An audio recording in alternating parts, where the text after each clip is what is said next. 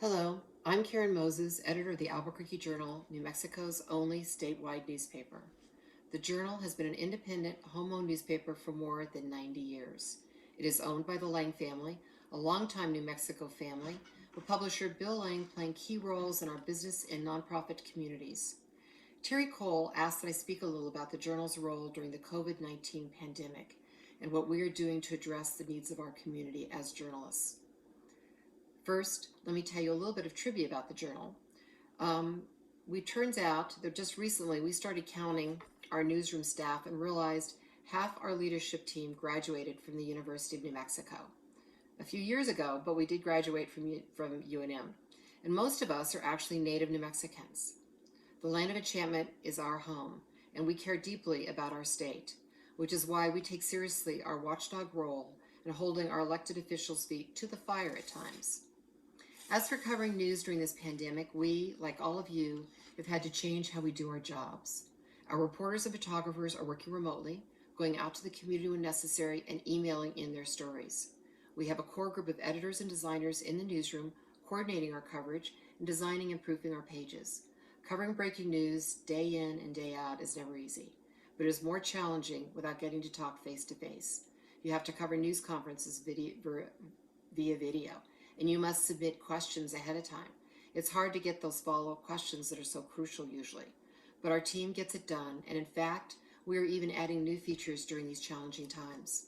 One crucial feature we launched at the beginning of the pandemic is an online coronavirus page that provides daily updates with all of the local numbers and trends as well as global statistics, and it archives all of our local coverage.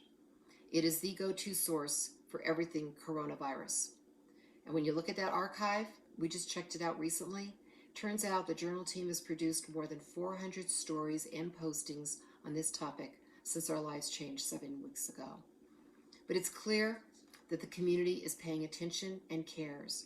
Our readership and subscriptions have increased dramatically, as have our submission of letters to the editor. It seems everyone has an opinion on how we should be dealing with this crisis. Our editorial pages are also important because the educational op-eds many experts and state leaders are submitting. And we do get a lot of submissions. Just this weekend, I came back into the office on Monday to find more than 60 letters and op-eds in my inbox. As for our news teams, their coverage has been investigative, informative, newsy, and very often helpful. This week, we launched our Lending a Hand page that highlights several of the organizations and groups striving to make a difference, and how you can help these organizations, as well as provide resources for those who need assistance.